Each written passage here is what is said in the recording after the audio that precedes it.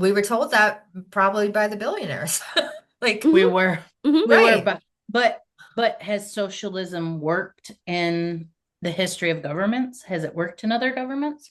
Yeah, I don't know. I think it have. I think parts of it have. But the thing is that we in this country have not even significantly tried.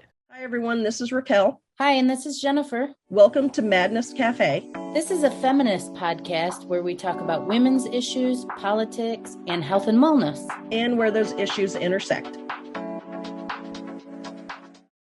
Hey, everybody. Welcome back to Madness Cafe. Today, we're joined again by our lovely friend, Tiffany Mazurek. She's been here before. Third This time. is her third No, visit. fourth time. Fourth time. Oh, Oh, yeah. yeah. Fourth time. Fourth Fourth time. time's the charm. Yes. Welcome back, Tiffany.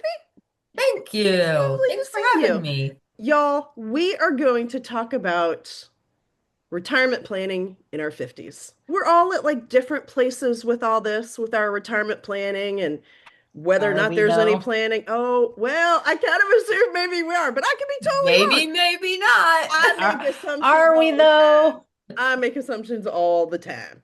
Well, I think actually Tiffany thought and sent it to us that we should start by talking about our money history or what Mhm. we learned about money and then go from there. So, who wants to start? I can start. I didn't learn shit about money as far as like planning and budgeting or any of that growing up. My money story, at least my first memories of money, start with lack and scarcity and seeing my mom totally stressed out and seeing her like totally nervous about, oh my God, we can't do this, we can't do that. And then us like moving around all the time because it's like, oh, can't pay the rent anymore. Let's go somewhere else. Like just shit like that. That continued. And we all know we all carry trauma, small t, little t, all the trauma, all the baggage from childhood and from our parents' trauma. Yeah, so that still exists in me now and has kind of been with me throughout my adult life. Could you identify a statement from what you just explained about money that's a core belief for you? I don't want to say that it's a belief. I think it's been more of an experience that left a mark because I personally, so what I'll start with the what I think the statement might be. I think the statement might be money can be stressful. Uh, But that isn't my belief. That's just been my experience that has left a mark because I don't believe that money is the root of all evil. Like I've never believed that. I'm like, money is a good thing if you have it and can utilize it well, right? Like, so I've never thought that money itself was evil. I've always seen money as this is a useful, necessary thing to have. And when you don't have it, life sucks. And if you have a lot of it and you're a dick and don't do anything for your community, Jeff Bezos, Elon Musk, then money, yes. you missed a few of them. I missed a whole bunch, but we only have an hour. But large amounts of money can bring out bad shit that's already in people. Okay. So so it isn't a belief necessarily that money can be stressful. It's just that's been my experience. Okay. Yeah. Tiffany? I grew up, I would say, like lower middle class in a high school where I would say the majority were more higher middle class. I saw a lot of stress around money. A lot of like, there's never enough. We're always worried about it. My mom was the one who was in charge of all the bills. She talked to us all the time about budgeting, like all the time. And it was just like always very fearful. When I was married, I was the one who was in charge of the bills. And I sort of went the opposite way of like, I will not be my mom. I won't always be scared and I won't always be the one saying, no, it can't happen. But that wasn't necessarily helpful either because then with my ex and I, it was this weird, like, he'd be like, let's spend this money. And I'd be like, can we wait a little bit? And every time there was stress, he would go and work tons and tons of overtime and then like it was really hard on our relationship, because we Mm, weren't spending time together. So it created this really not so great dynamic. And as with lots of couples, money was always sort of one of those things that was uncomfortable for us. Mhm. Okay, so when I got divorced, all of my money fear out, like that was the scariest time for me because I was like, I can't take care of myself. I don't know how to Mhm. do that. I've never done that. For a while, I was paralyzed with fear about money. And then it was like this very interesting thing that happened where I sort of started to feel a little more empowered about it when I was making the decisions about what to spend. I remember this trip, I was in Target, and I remember I was buying things for my new apartment. It was the first time I was living on my own. I was sort of putting things in the cart. And at one point I was like, do I really need that? Do I not? And I was like, no. And I put it back. And then it was like a ding. Oh, I didn't put that back because I couldn't afford it. I put it back because really I don't really need that. And I'd rather spend my money elsewhere. And so that was kind of a cool beginning of feeling more in control. I still sort of had to go through several years of the ups and downs that suddenly I have lots of debt, then I have no debt, then I have lots of debt. And so I would say in the last 4 years, I've really really spent some time looking at like what are my core beliefs about money? What are my core fears about money? Why do I keep doing this like up and down, back and forth thing? And really worked on having more accountability for my money. It's really hard to budget when you don't have a regular paycheck that you know you're going to get every month. Mhm. And so because I'm a therapist and like the fee, it's always different. I really struggled with that. And so a friend of mine helped me to like create a spreadsheet and learn all this stuff. And so that's been really important in the last year or so. And so I would say it's been very, very recent that I'm starting to feel like a grown up around money. so what Right. would you say if you could pick like a sentence around money? What do you think your core belief from childhood was? There's never enough. Ah, Mhm. okay, fair enough. Mhm. Mhm.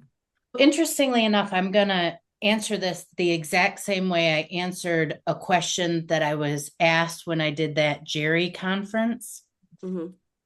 When the first day we were doing this co-mingling event and we were all walking around the room, and when the music stopped, we were supposed to turn and face someone, and then we had to answer a question. The question that I was asked was, what did you learn from your mother about being a woman? And what I really learned from her was that you got to protect yourself. You should always have your own bank account. You should always have money in your pocket so that you can get a ride home. Never commingle your money with a man, and always have an escape route. Mhm. And that's what I learned about money.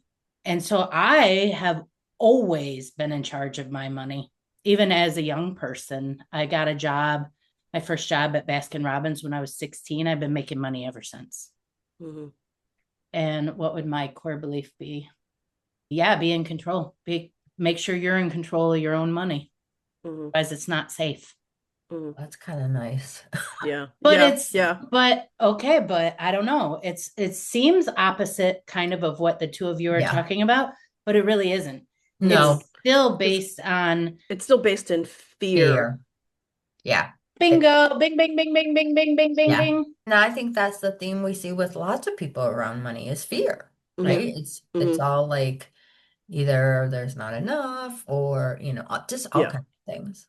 On an intellectual level, not getting in the trappings of core beliefs from childhood, I believe money is an energy. And when Yeah. I'm really feeling well, I can be like, money comes in, money goes out, money comes in, money goes out. It's Yeah. just Right. the flow of life. And then Yeah. I lost a $500 gift card this weekend. And I'm like, Oh my God, I would have an instant ulcer. Like I would have literally like bleeding it's in out of, my gut. but it truly is out of my control. There's nothing I can do about it. Well, and I Yeah. have control issues. I think we all know this. That's my whole thing about money is control. Yeah. Yeah. I very specifically put it in a specific spot because it had a zipper, zipped it in, and it's still gone. Oh God, no. Wow. This brings up something for me that literally until maybe just a few years ago, I always thought, oh, I'm bad with money. Mm, And then Me too. I started hearing different people talking about money in different ways. Some of them were financial people, some of them were just experts in other fields, whatever. But hearing people talk about things. What I came to realize from hearing all these other people talking about money and finances and life in a different way than just the experts was I'm not bad with money. I mean, I get things paid, right? Like my lights are on, right? I get things paid. What the issue is, I don't make enough. And that has been consistent in my totally. life that I have not made enough. And it's not like, trust me, I'm not trying to like keep up with the Joneses and live in like some fancy schmancy whatever. My place is nice, don't get me wrong, but I'm not trying to live beyond what I can make or what I do make. So it's not, oh, I'm, just spending money willy-nilly. I mean, I'm human. I mean, I buy shit every once in a while. I mean, I'm not dead. But so I always thought it was my failing, my moral failing or an intellectual failing because I didn't know X, Y, and Z. No, no, I wasn't making enough. And then you throw in shit is just way too fucking expensive. Like I saw something on the news this morning where they were comparing expenses from 1965 to expenses for 2025. And they were talking about how like the average cost of a home was like $20,000.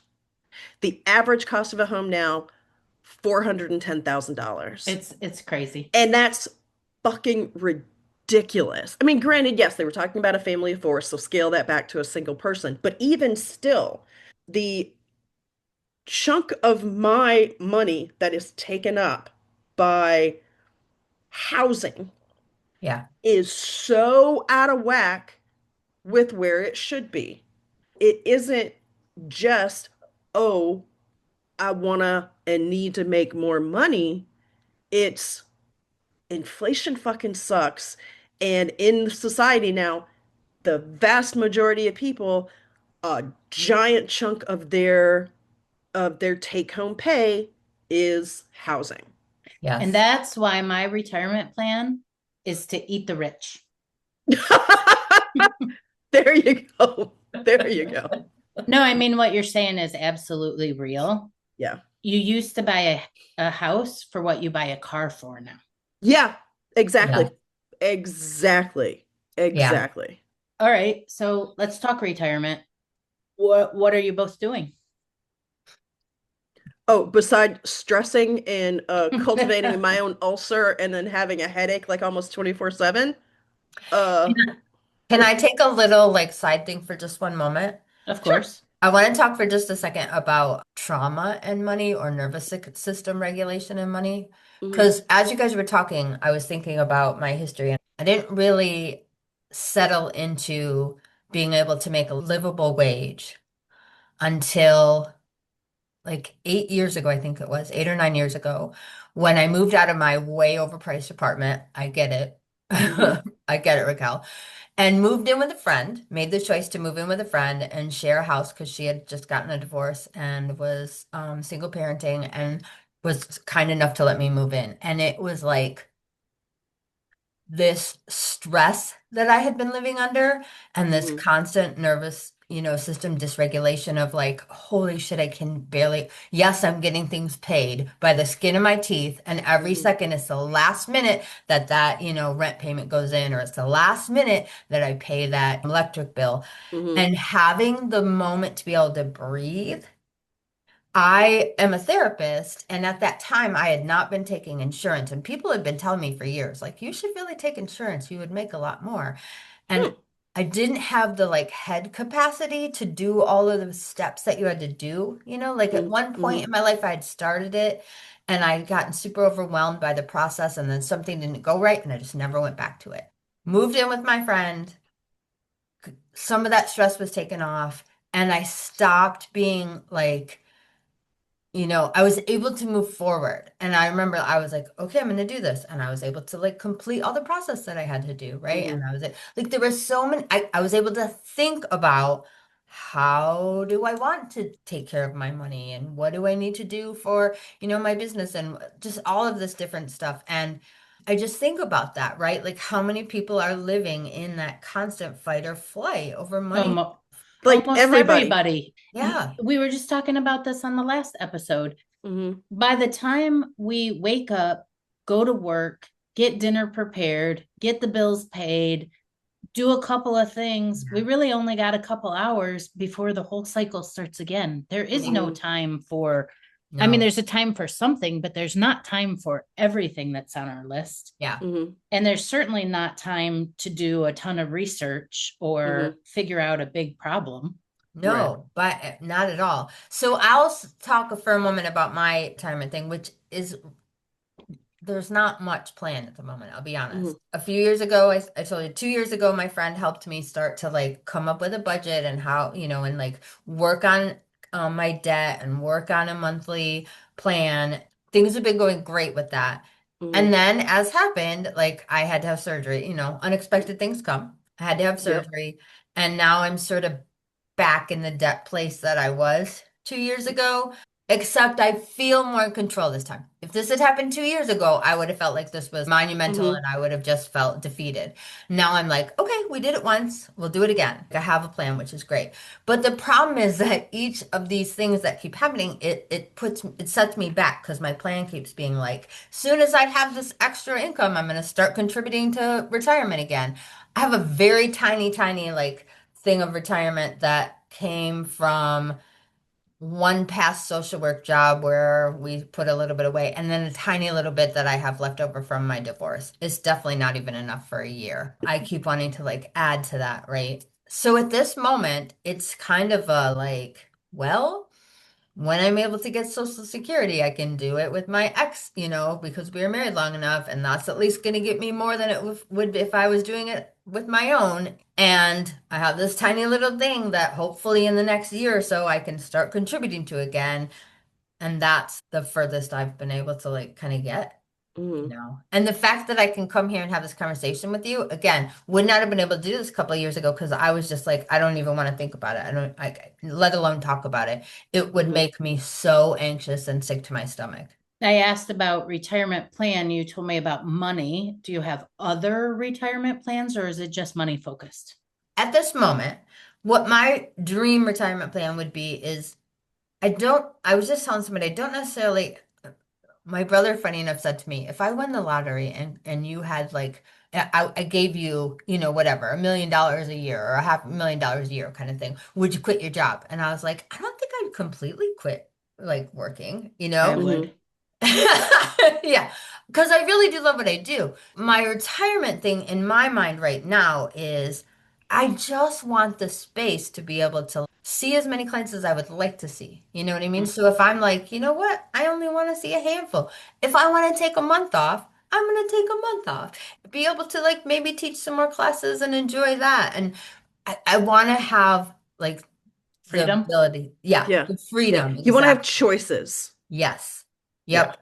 Yeah. Not have to be like, ooh, if I don't see this many clients a week, we might be in a little bit of trouble. Like, Mm-hmm. Mm-hmm, mm-hmm. What and about What you? do then you, oh, try, I'm going next.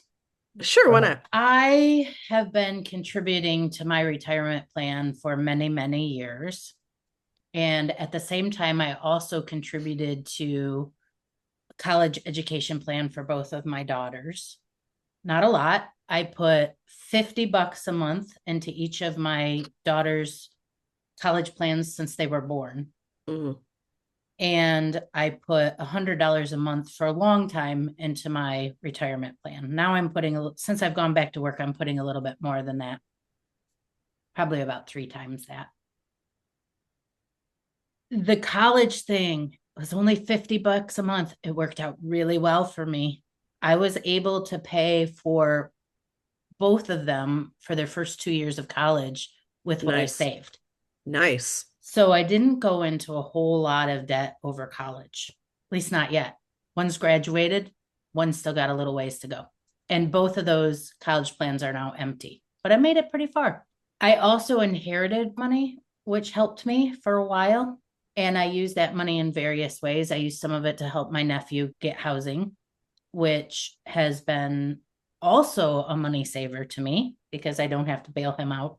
And I've been using that money slowly. I don't have a lot of the inheritance left, but I do have enough that if I had an emergency, I could access the money. I have been in a relatively privileged position. Mhm.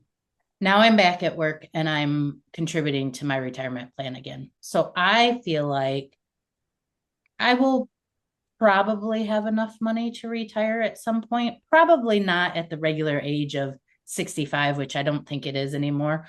I Mhm. think I will probably retire more like around 75 because Mhm. I took some detours. But I think that the real wealth, what I've kind of learned over the last year, is my real wealth is in property because what I learned is that if I wanted to, I could get an income from renting my house out.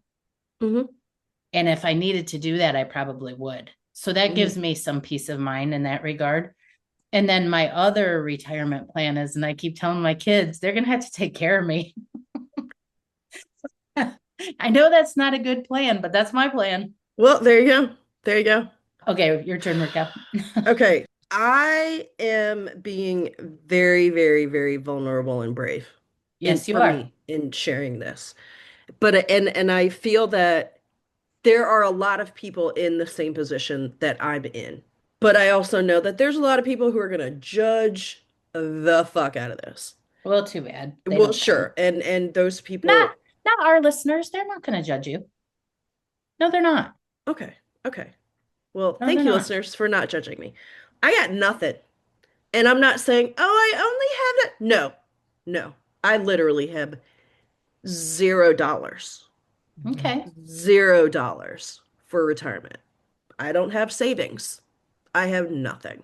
At one point, several years ago, I found a 401k from like a job 1,000 years before, and that money came in handy because I was going through a really difficult time, and that money is now gone. But that money kept me from living on the street. So it served you well. It did. So no exaggeration, but I have zero. The job that I currently have, there is no 401k. There's no retirement planning at all. At all. Nothing. Yeah, I could set one up myself, like go get like a Roth IRA or whatever, but that also would mean that I would have to have money to put into it, Yes, it which I do does not. require that. Yes, Which it I do does. not. And I've never even in my younger days, like just starting out working and the whole thing, like I never saw myself as the person who at 65, all right, I'm done, no more working. Like I've never seen myself that way because Mhm. I can't imagine that I see retirement in like maybe two very stark ways, which there's truth to both of them, I think, but then there's a whole lot of area in the middle that I don't think about. But I think of it either as you work until you drop dead, or you stop working and then you spend the next 10, 15, 30 years just going, no, what am I going to do? No, what am I going to do? Like having nothing literally to do. Like Mm. just going, I don't know what to do with my time. Now what do I do? Because I see it happen to people. And we're all of a generation where we saw, I mean, not my dad, but like other people's dads or granddads would retire, and then the mom or the grandma is like, you need to get a hobby. You need to get out, you need to get from out from under me. You need to do something. Those are my two views of retirement. And I know that there's stuff in the middle there, but Mhm. I don't have examples in my own life of retirement any other way. Well, didn't your mom retire? And she fucking hates it. Oh, Again, I've said this before, my mom is like a 1950s husband. She doesn't have any hobbies. She literally is just like, I'm bored. I hate this shit. Mm. And so that's been, yeah, and my mom's, yeah, she's 86. She's gonna be 87 soon. She's been retired a long time. Mhm. So yeah, and I don't want that version of retirement either. Like, no, no, no, Okay, no. well, you said what you don't want. When let's say the world is a magical place. And Yes. let's not look at how much money we have or what we have saved or what we even think is possible. If you could picture, Hmm. this is what I would love to see for me in retirement. Have you thought about what that would look like? Have you, Oh Tiffany? Have yeah. you? Okay, well, tell us what's that Yeah, I vision? mean, again, so it would be freedom of I can travel, I can go visit my friends who live in another state if I want for a little while. I can work in between there or work when I'm there. Yeah, have more time with people who, I love just that freedom of like, So you see yourself still living in the same area, just traveling more, having enough money to have freedom, but still working. yeah. Yeah. Okay. And that's Mhm. your ideal. That's what you would love to have I in the think magical world. That's what you can envision. I mean, I think at the moment, yes, because I'm loving what I'm doing and I'm loving like I feel like there's this new I heard someone call it like menopausal zest, where Yeah. they talk about like you sort of get this second creativity spurt because Yeah. all of your energy isn't going to your reproductive organs. And that's kind of where I feel like I'm at, is like I have Yeah. these ideas of things I would like to do, or I would like to do more classes, or I would like to do more in-person work, or I'd like different things like that. So at the moment, Jennifer, yes, I that's kind of where I'm at. I'm sure maybe 5 or 10 years down the line from now, I might be like, I'm a little more tired. I don't want to, like, I want to maybe see 10 clients a week and then not have to do anything and just enjoy puttering or whatever. But right now, that's where I'm at. All right, Raquel, say that Tiffany's brother won the lotto and he decided to give you a million Yeah. dollars a year also, Yeah. and you Uh, have a million, so you really don't have anything to worry about. What would you do? What did your ultimate retirement look like? I would travel. Girl, I would travel a lot and I mean like all over. I would do some Where's the serious, first place you would go? And would you do it from your current apartment? I would go to France Mm-hmm. Mm-hmm. and I would do it up.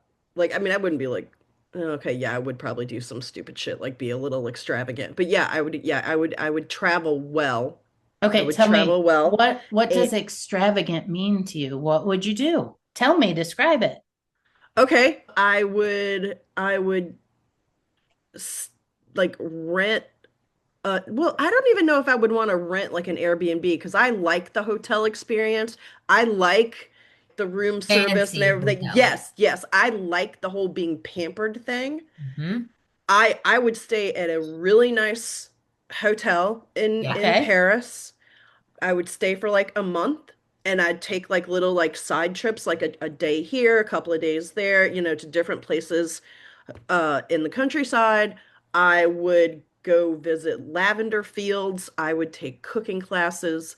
I would go to museums. Now we're I would, talking. oh my God, I would do it all the way up. Like I really would. I would eat amazing food. I'd go on wine tours. I mean, I'd go eat all the cheese. I mean, I would literally do it. I'd take like a cycling tour, not a strenuous one, because I just want to be pampered and have fun. I'm not looking to set any records or anything, but I would do a little cycling, maybe take some other classes, but like long enough to be there to get to really get a feel for the country, or at least that, like maybe that one region. I would have a good ass time. I would, and then aside from travel, and I know I keep saying this, but I really love doing this podcast.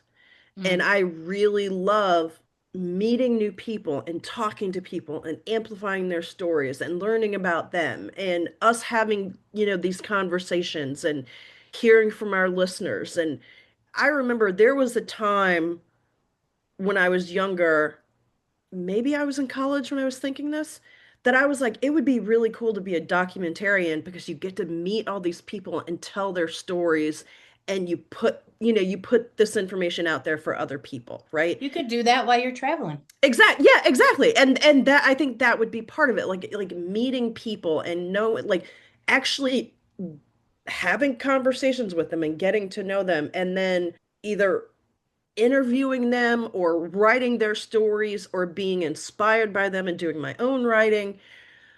Yeah, I mean that is my ideal retirement. And then having like my friends around with me like, "Hey, let's go to France for a month," or you know what, let's go to South Korea for a month and do all the things and see all the stuff. Or you know what? Let's go glamping for 2 weeks and let's go to the Grand Canyon. These are things I haven't done. Like I haven't been. I mean, no, I've not been glamping. I haven't been glamping. I haven't been to the Grand Canyon.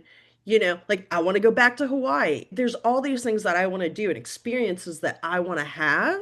That's what I see my ideal retirement as having some fun, having some enriching experiences, laughs and experiences with my friends, meeting new people, learning some new stuff, like taking a class. That's what I would like Mhm. my ideal retirement to be. I like it. Yeah, thank Yeah. you. Thank you. What Yeah, I about like it. you? Well, if Tiffany's brother was so kind to give me $1 million a year, yeah, I like my job a lot, but I would finish up whatever needed to be finished up just to set people up for success. And I'd be like, see ya. Yep. And I would take my travel van and get it souped up. I would have it, Nice. I would have it fixed, and I would probably hire myself a private mechanic. Nice. And I would take that van and I would travel around and I would film everything I was doing, but I wouldn't edit it. I'd hire an editor and I'd have them edit our podcast and promote Nice. it. And I'd hire them to edit my new YouTube channel of traveling around in my van. And I'd go see everybody and do everything. I don't think I'd do a lot of Europe traveling. I really want to see the United States. Hmm. Not that if you said, hey, we're going to such and such, meet me, I would probably, because I Okay. have enough money. Okay, it's good to know that you don't want to be left out of the Europe travel. Okay, good to know. Well, But I don't want you to are coming with. but I don't want to go on all of it. I would spend a lot of time when my children and my niece and nephew, when they let me drop by, I would drop by. I would spend a Nice. lot of time visiting them. I'd go see my dad. I'd go visit other relatives. Yeah, but no, I would not work. I would write. I would do Hmm. breath work. I Hmm. would do a podcast and I would do a YouTube channel. Hmm. Hmm. So there's still work in there, but it's work that you choose that feeds your soul. You're not working for somebody else to make somebody else richer. And I also wouldn't, Sorry, I'm a little bitter about this right now. Sorry.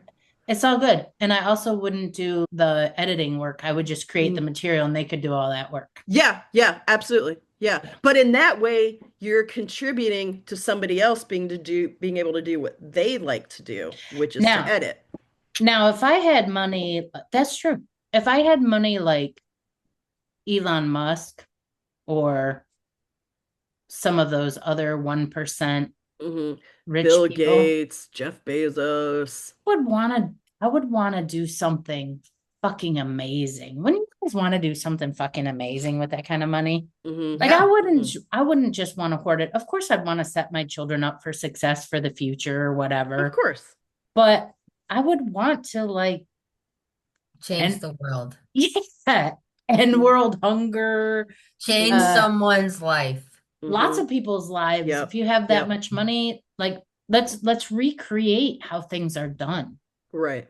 I heard somewhere recently that apparently uh in like George Michael toward the last several years of his life, when he was living a little more like in anonymity, like, just kind of going under the radar, would literally make donations to places and would say you can't divulge who did this until after I'm dead. Like he would go and he would go to a homeless shelter and donate like a large sum and say, please use this for whatever you need, or go to a school and provide supplies, or that kind of thing. And I could see me doing something like that. Like that would be cool. Like I could see going to elementary schools and high schools in my area and just saying, I'm going to pay for all these kids to have free lunch for the year or whatever. I mean, but things like that. Like, yes, I would do things like that. You see somebody getting groceries and you know how you can just tell when people are like, doing the math and they're like, yeah, I need to put that back. Oh, yeah, I need to put that back. I mean, you know when you see it, right? Yeah, of Yeah. Because course. we've all been there, or at least I mean I've been there. I know what that's like. And so I would go, put all that back in your cart. Come on. And I go, all right, did you get everything that you need? Did you get some stuff that you want? You got it? Okay, come on. And then I would just go and I would just pay. And That then would be and then just cool. be done. And just kind of and not like sticking around for anything, just be like, ring that up. Okay, this is it. Okay. And then I would just give the money and then I would just go enjoy. But yeah, I mean, I would do things like that. So, Yeah. how do we get from none of us barely have any money saved up Hmm. to how do we get to a reasonable retirement plan?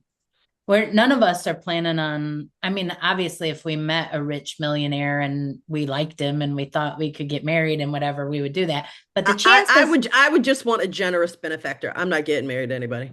I mean, but I'm that's what I'm I'm saying. The yeah. chances of that type of rescue is it's not Yeah. likely we're going to be rescued, right?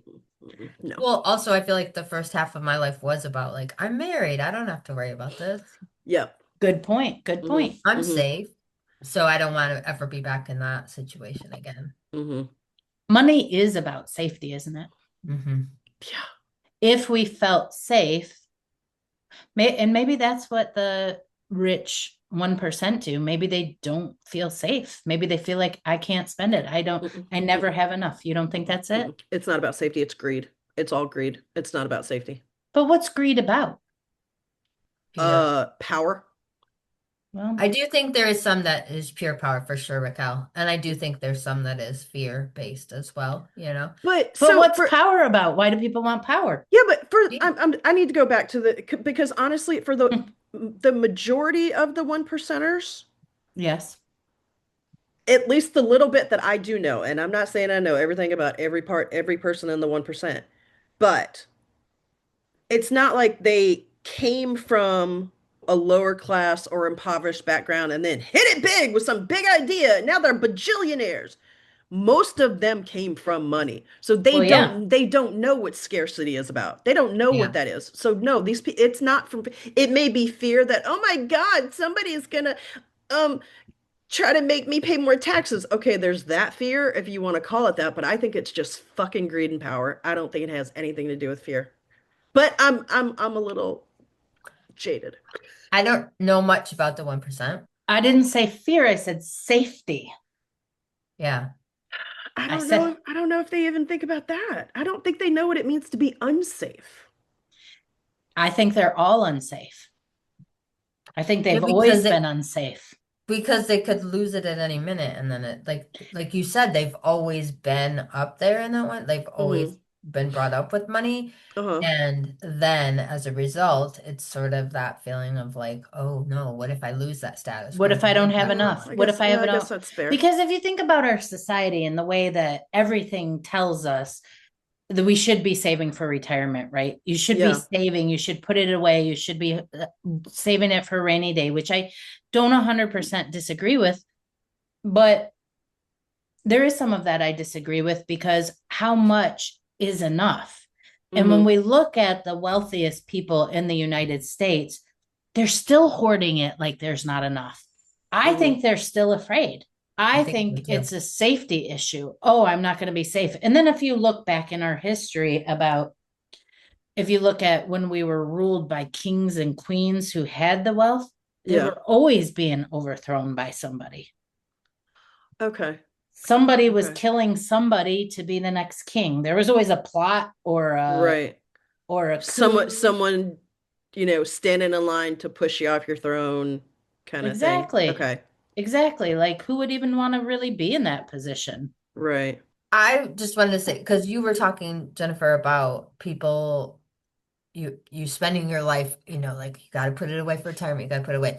And my story around that is I watched my parents do the like, we have to save for retirement, we have to save for retirement.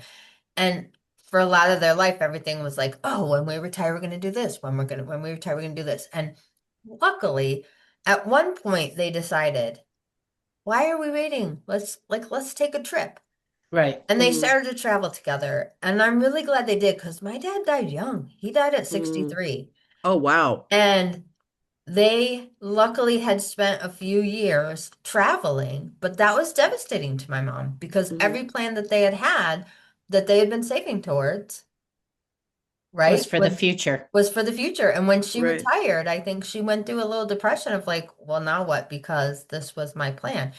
Part of, Jennifer, when you talk, okay, when we talk that big like millions and billions and months in Europe and this and that, the other, I feel physically my body goes, right? Because that doesn't feel like Possible. doable. Yeah. Doesn't feel possible. Hmm. Right. But Hmm. what I do feel expansive around is I took a week and I went to a friend's over the holiday and I worked 2 days while I was there and I just enjoyed the rest of it. And I thought, I could go to my friend in North Carolina. I could spend 2 weeks with her and her family. I could work a couple days and then I could just like enjoy that. Right. And so living as though I already have that space is what I've Ah, been trying to do and think about.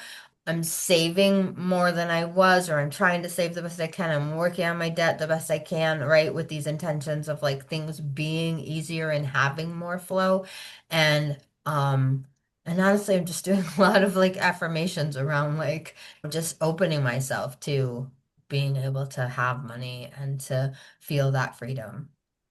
one thing that comes up for me, and I don't know. So if you guys know or if our listeners know, please let me know. But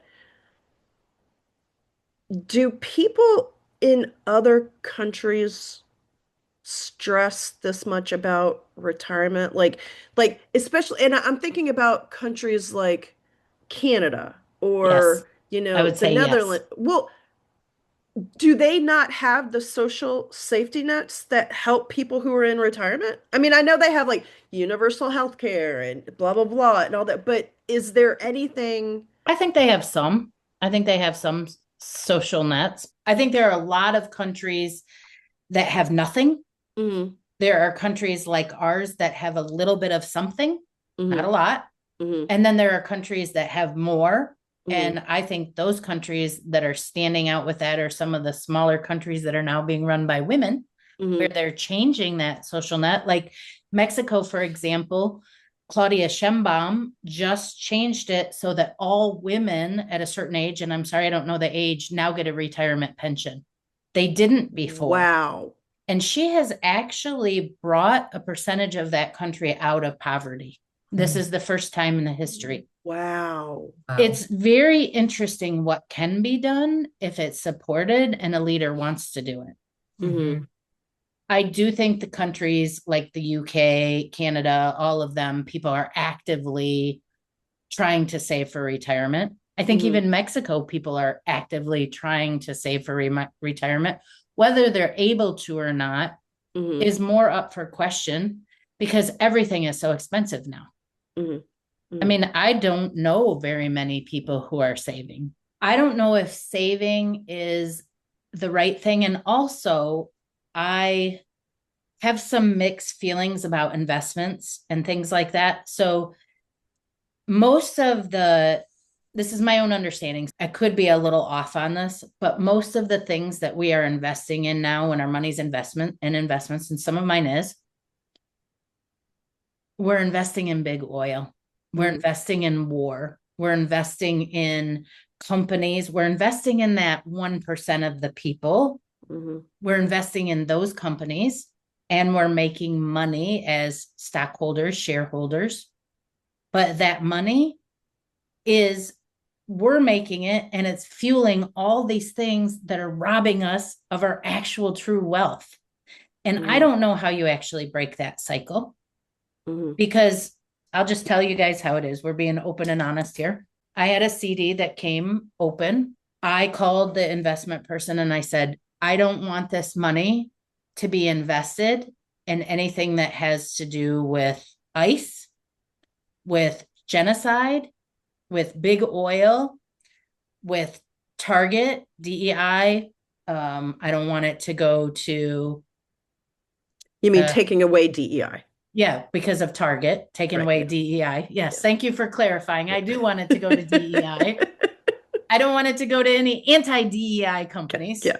The first time I talked to my investment person, she gave me a little bit of information, but not enough. And she's like, you're going to have to research this. But then she passed it on to her assistant, and her assistant got really excited about it. And so her assistant did a bunch of research and she called me back, and we're signing up for it. I've changed all my investments and I've moved it to these companies that don't support any of this. And she goes, and you might not make any money. You might lose some. Right? That's true. Well, that's true with every investment. And I thought, but I might actually make more. When I was young, I could have worked in a store that sold cigarettes. I could have made a ton of money selling cigarettes. I could have been a bartender. I could have raked in the money serving drinks. I could put my money into investments that support big oil, and I'm going to make a lot of money. I don't want to make my money that way anymore. I really firmly believe, and this is so much easier for me to say than a lot of people because I have that, but I really firmly believe that if we want the world to come to some kind of equitable space, some of us have to make less money for others to make more money. And it would be really great if that 1% would be the people who are willing to do that, because then we could, but they're not. They're not going to do it. And so in my estimation, the middle class and the upper middle class, those are the people that really are going to have to take the hit if they want a more equitable world, because they can afford to live with a little bit less. They can afford to do it, but we don't want to. We don't want to give up Amazon. We don't want to give up Target. We don't want to give up, what's that streaming service that's Spotify with the ICE ads. We don't want to give up this stuff. And if we want ICE and genocide and the equality in the world to actually work, we're going to have to give up some comfort. There's no way around it, because Spotify supports ICE. Spotify supports facial recognition. Spotify, and I'm not trying to just pick on them, but we have to be able to be willing to be a little, I have to be willing to make a little bit less on my money, but putting my money into something that I fucking believe in instead of oil. I was listening to this podcast the other day about Patagonia, a really great company, B Corp. They do all kinds of great things, but at the end of the day, all of their materials are still made in companies. They're still using coal. They're still using child labor. And yet they're one of the best companies to buy clothing from. And they still suck. So what do we do? That's where I'm stuck in this whole thing. I honestly, I don't know. How do we save for retirement when the world needs to equal out? Well, here's what I'm thinking. I can't believe we went here, because this is not at all what I planned. Well, no, but I think it's still tied in, because at least from where I'm sitting and my current pre-retirement situation, those are nice things to think about, but those can't be everyday decisions that I can actually make, because I'm not in that position. And you stated at the beginning, yes, this is a privileged position, blah, blah, blah. So most people are in a position where they're like, That's all great, and I would love to make those decisions, but that's not where I can make the decision. That's not where I can make the impact. Most people are gonna have to are going to make the impact through, okay, I won't buy from that store, but I can buy from that one.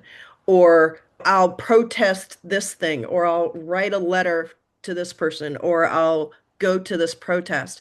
I mean, that's where most people are going to be able to make an impact because and I've been trying to think about like how do I get like what am I actually practically going to be able to put into place in the next 6 months to kind of get myself started, like what's my runway look like. And Hmm. my runway looks, and this is just one example, I don't know if this is what it's really going to happen, but this is one plan that I'm toying around with is start a side hustle, take the money from that side hustle and start build up my own Roth IRA, invest in that, and I'm gonna have to stomach that for a while, some because I got a lot of ground to make up. So I'm just going to have to stomach for a little while that, yeah, some of my money is going to some shit I don't want it to go to so that I can get enough of a nest egg built up so that when I am 65, 75, and I have more time to devote to protesting, that then I can make the other decisions like, okay, I've got this built up now. Now take some of that money, put it in an investment fund that's actually more in line with my ethics.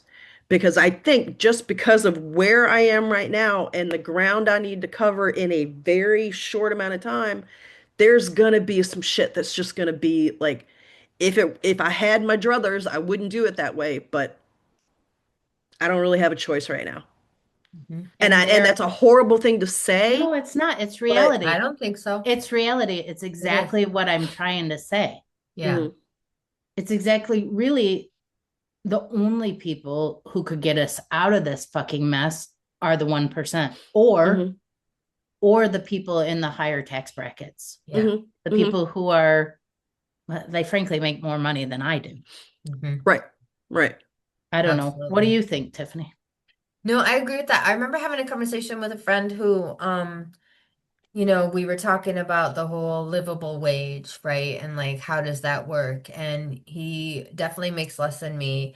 And he said, someone like you isn't gonna like have all the education you have, and then you're gonna be, okay with like me making as much as you. And I said, if we were able to balance it out so that I knew that people could pay for their groceries and pay for their housing and feed their kids, like it would be okay, It's like we would make, in a perfect world, we would make schooling affordable for everybody, right? And then you could do the job that you wanted and not have to come out. Maybe you put more time into what you learned, but you wouldn't come out with a tons of student debt.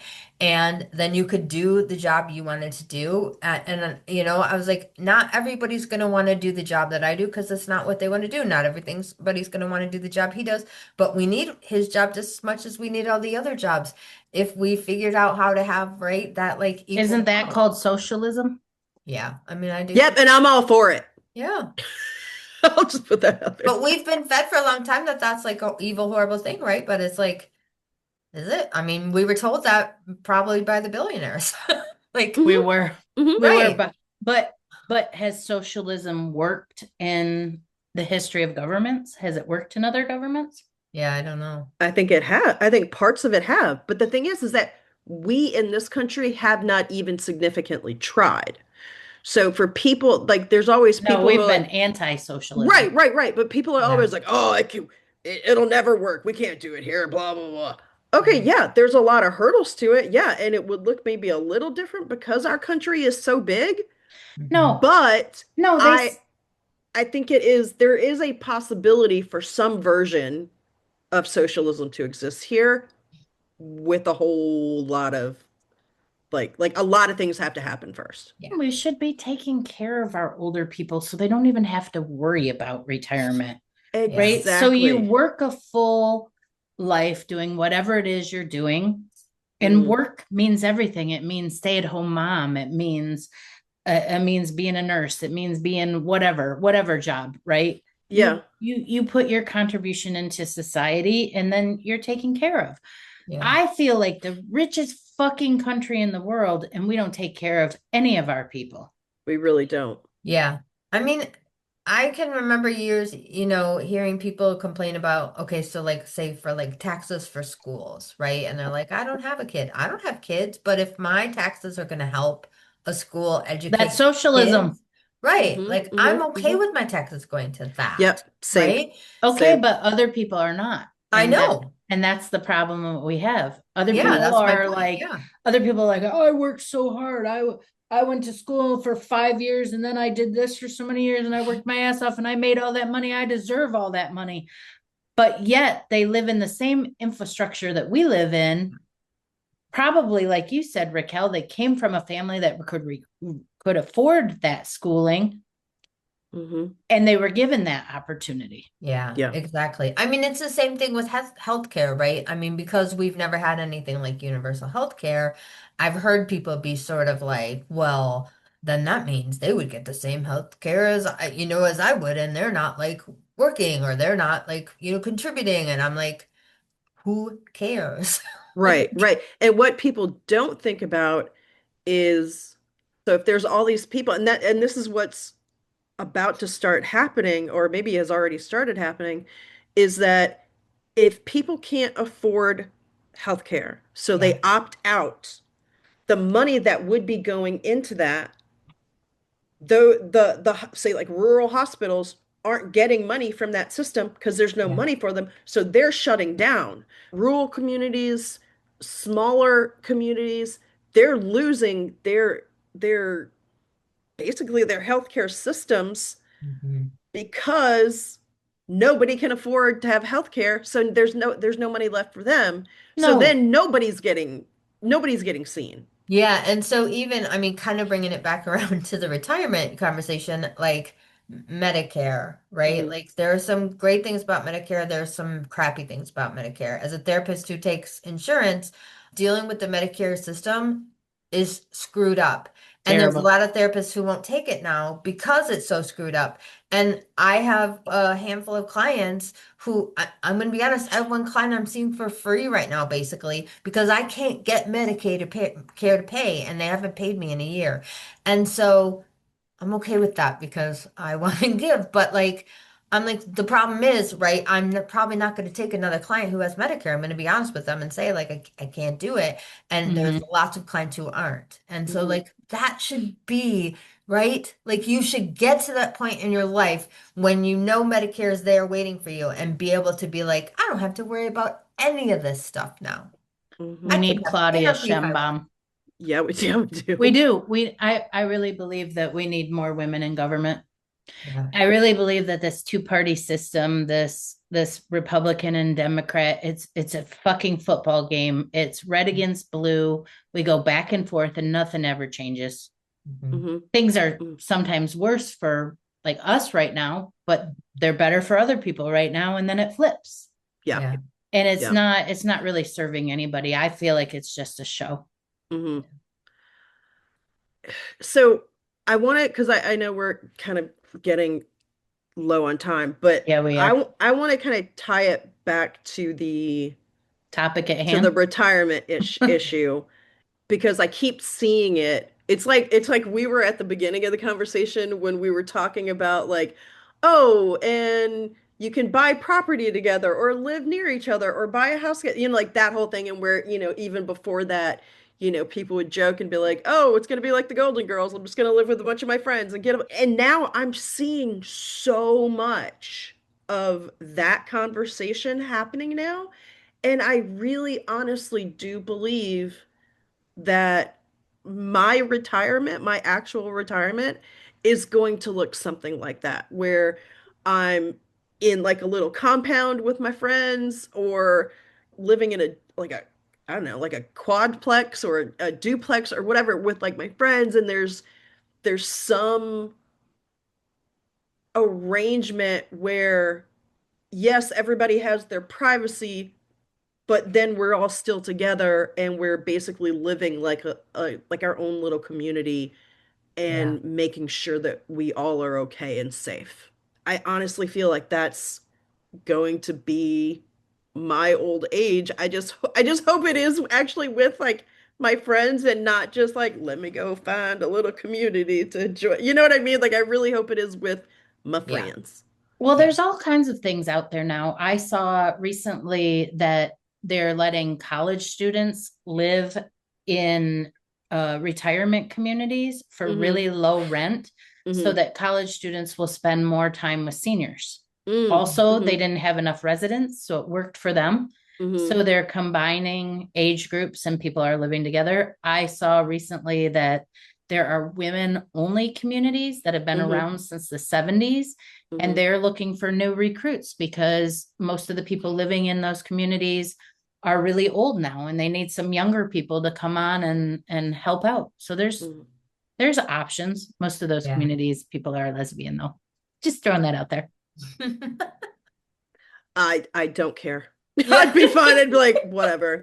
Yeah, I don't Y'all do you, but I'm gonna say, you do your thing, but let's all be nice and take care of each I other. think there's all kinds of housing arrangements. I've always thought it very odd.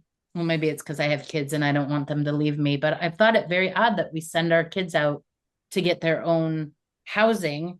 And then we have a family that has 5 different houses where people live and we're all paying mortgages Hmm. when we could Well, just share housing. but back in the like late 1800s, early 1900s, when immigrant families were coming over, they were living generationally together. Mhm. And that's part of why cities like New York are so densely populated and they had there's and housing is the way that it is there. Like people living like, I don't know, 3 generations together in a building and like each, and then modern day housing and the mortgage system came along, and because they wanted to make more money they're like, oh, everybody get your own house. That's right. So it's in our nature in many ways culturally to live collectively, but then everybody's got to chase the almighty dollar and these big systems come in and try to break shit up so that they can just make more money. Yep. We're in that rat race trap. Yeah. All right. Final words, Tiffany, about your retirement. Okay. Raquel first. Final words about your Okay. retirement. Okay. There's part of me that is scared shitless, but I'm trying not to let fear win and take over. I'm trying to be innovative and creative in thinking about what a plan looks like for me. That's cool. Thank you. Yeah. Good. Okay. For me, there's less fear than there was before, but there's still a lot of unknown. Mhm. Mhm. What about For, you, Jennifer? for me, I'm going to rent my house, Airbnb, and I'm going to go stay with my relatives. I'm going to drive around and stay with them as long as I can, as long as they'll let me. And then when I'm Nice. too old and feeble to do that, one of them is just going to have to take me in. There you go. There That's you my go. plan. I love it. It sounds like we're thinking about this. Do you know what I mean? I think that's the important thing is that we're thinking about it. We're trying to figure stuff out. We're not just deer in the headlights, And I'll just say for myself, I know exactly what it's like to be like, oh fuck, I'm scared, and just put my head in the sand. I know what that's like. I've lived a lot of my life with my head in the sand. I'm trying really, really hard not to put my head in the sand right now. I've done that too, Raquel. Yeah. So, yep, I totally get it. Yeah. Same. Yep. Yeah. So I think that's good on us. If there's one thing that we can take from this, and I'm saying this as much to myself as I'm saying it to y'all or to anybody who's listening, one thing that we can take from this is that we are thinking this through. We are trying to come up with plans. We are not sticking our heads in the sand. Mhm. And I think we just need Tiffany's brother to win the lotto and give us each $1 Yes. million every Yes. year. Tiffany's Yeah. brother, get on that. He's very generous, Yes. Tiffany's brother. He is. He is. He is. I'll let him know you guys are on the list for the million. For the $1 million per year. Awesome. Yep. Awesome. Yep. Thanks, That's- Tiffany's brother. Absolutely. Bye, y'all. Bye. Bye. Thanks for listening to today's episode. If you like this episode, please share it with a friend. Or you could leave us a comment and a 5-star review, or email us at madnesscafepodcast@gmail.com. Thanks, everybody.